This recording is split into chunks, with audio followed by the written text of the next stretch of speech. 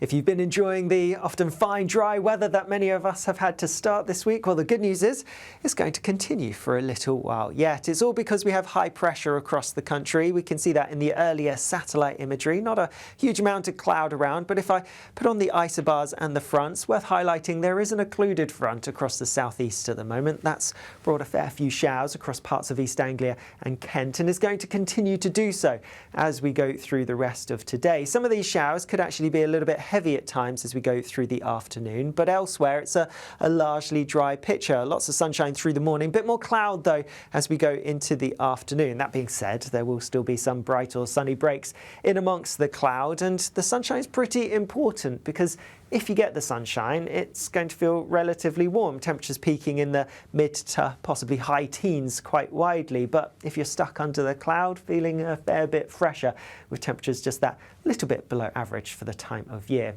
Also worth noting in the southeast with the showers, there are some blustery winds, and those will continue, as will the showers, for a little while as we go through the evening and the start of the night. Also overnight, there's going to be a weak front coming in from the east. So a bit of cloud and a few outbreaks of rain pushing across some northern eastern parts of England, pushing into some central parts as we go overnight, and maybe a bit of cloud, bit of rain pushing into the far east, southeast of Scotland as well. But away from these areas, it's looking like another dry night with lots of clear skies. So again, we are going to see temperatures taking a bit of a drop. Towns and cities mid to high single figures, but rural spots very low single figures, some getting close to maybe a touch below freezing. So a little bit of frost in a few spots, and again, similar to last night really, we could see a few pockets of mist and fog developing as well.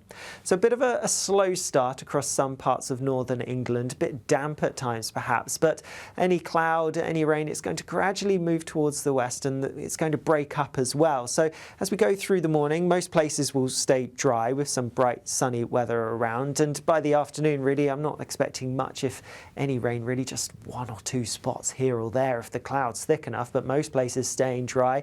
And yes, there will be more cloud bubbling up at times, and so it's not going to be quite as sunny as it will have been through the morning for most, but there will still be some bright sunny breaks around. And again, the sunshine's important when it comes to the temperatures. So mid to high teens quite widely, always feeling warmest where you get that sunshine, and away from the east-southeast where we have some blustery winds. Also the winds picking up a little bit across the far northwest. Now you will notice some cloud and rain out towards the west of us. That's going to stay there as we go through the end of the week. But as we go towards the weekend, well, some question marks. There's currently a major hurricane, Gabrielle, out in the Atlantic. That's going to track its way eastwards, likely to come towards the Azores and then head towards Portugal as we go through towards the very end of the week, the weekend. But a trailing front associated with it is set to come across the UK for Saturday. So that could bring some fairly wet weather, definitely a bit of a change from what we've had through much of this week. But if you want to have more information about Hurricane Gabrielle and also